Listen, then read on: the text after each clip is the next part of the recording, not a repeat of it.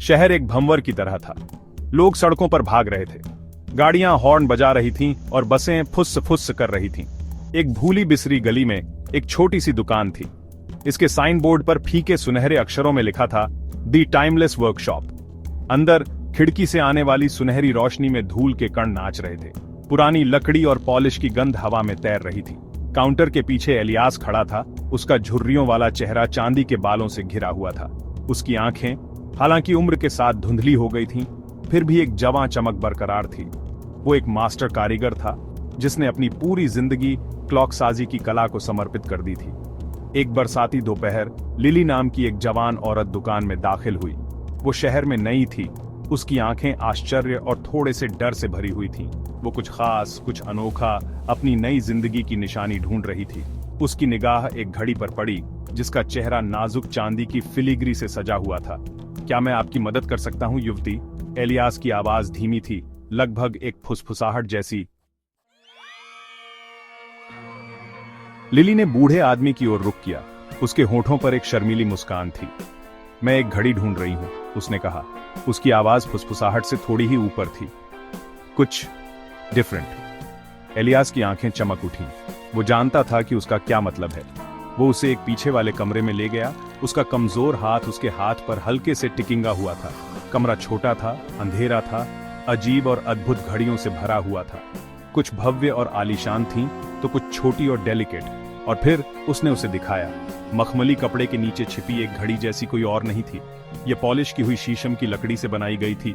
इसका चेहरा सोने और चांदी का एक मंत्रमुग्ध कर देने वाला स्वर्ल था। एक अकेला माणिक खून की एक बूंद की तरह घंटे को चिह्नित करता था। यह, एलियास ने कहा, उसकी आवाज श्रद्धा से भरी हुई थी, अनंत टाइम पीस है। इसमें समय को नियंत्रित करने की शक्ति है।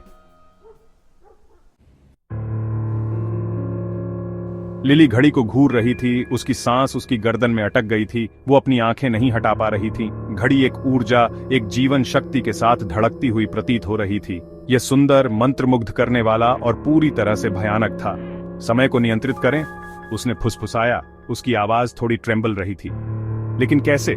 एलियास ने समझाया कि माणिक वाला कांटा जब पीछे की ओर घुमाया जाता है तो समय को रिवाइंड कर सकता है। लेकिन उसने उसे चेतावनी दी। उसकी आवाज गंभीर थी।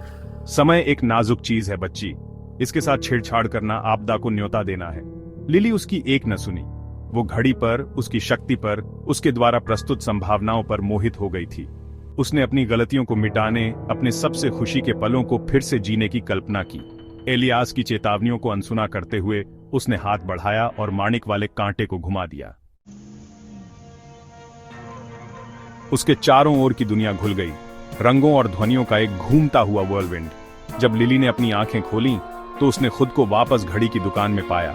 लेकिन कुछ अलग था। एलियास चला गया था, दुकान खाली थी और बाहर का शहर खामोश और शांत था।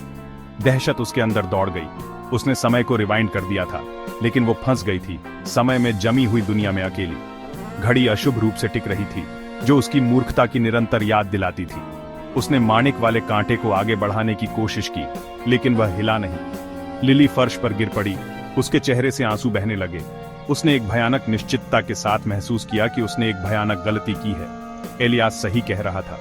समय उसका नियंत्रण करने के लिए नहीं था, और अब वो खो गई थी, एक कालातीत शून्य के अंतहीन विस्तार में बहती हुई।